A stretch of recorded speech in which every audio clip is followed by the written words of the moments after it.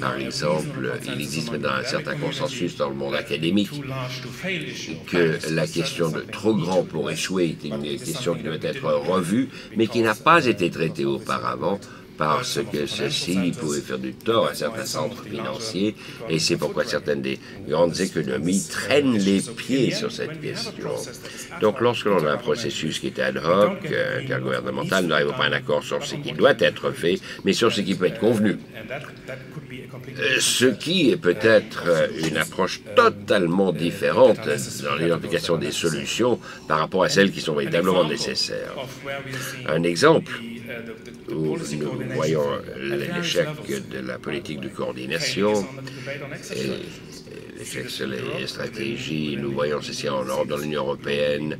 Nous le voyons également au niveau mondial. Et le débat sur les stratégies de sortie et les approches qui sont définies sont purement au niveau national. La France a décidé de ne pas gérer. L'Allemagne, jusqu'à tout récemment, avait décidé d'avoir un retrait quasiment immédiat, un changement de gouvernement, et maintenant suit l'approche française.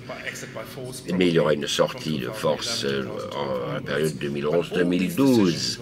Mais toutes ces décisions, bien fondées ou non, sur des questions différentes. Toutes ces questions ont été formulées dans le débat national sans aucune coordination dans le cas de la France et l'Allemagne.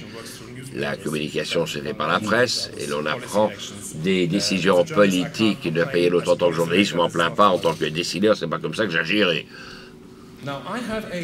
Maintenant, j'ai une solution constructive. Ce n'est pas une question du G20 par rapport au G8, ou si la coordination de la politique économique doit être au FMI ou aux Nations Unies. Mais j'aimerais proposer que l'on essaie de répondre à la question de comment ceci pourrait être fait, un processus à long terme pour gérer la globalisation et la mondialisation. Et ce n'est pas quelque chose dont on peut simplement agir crise par crise, mais nécessite des efforts beaucoup plus constructifs.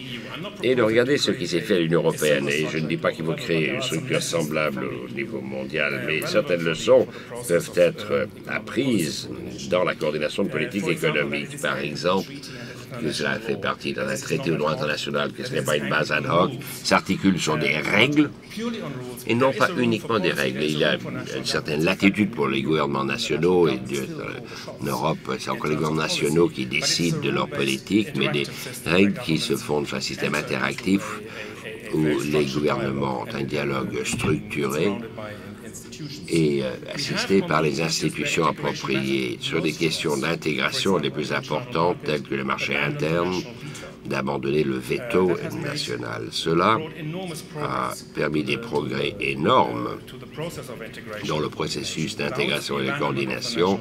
Sans l'abandonnement du veto national, nous n'aurons jamais eu cette intégration en Europe. Et si l'on veut véritablement organiser une économie post-crise au niveau mondial, il faudra élaborer un certain nombre de structures qui sont probablement au-delà des règles de base sur le monde des banques. Donc d'abandonner le veto national sur une certaine forme de majorité qualifiée, quelque chose qui pourrait être nécessaire, peut-être pas à court terme, je pense que ce n'est pas très réaliste, mais c'est quelque chose qui pourrait être envisagé. Mais encore plus important dans ce parallèle est que c'est un processus ouvert, lorsque l'Union européenne ou la Communauté économique pour l'Europe ne s'appelait pas un E6, mais c'est appelé l'Union européenne. Et nous ne pas ensuite pas appeler le E12. Il y a ici certaines règles pour l'accession, des négociations, mais dans l'ensemble, c'est un processus transparent. Et pourtant que vous soyez européen, c'était une des conditions, évidemment. Et de satisfaire certaines conditions qui ouvraient la porte à l'adhésion.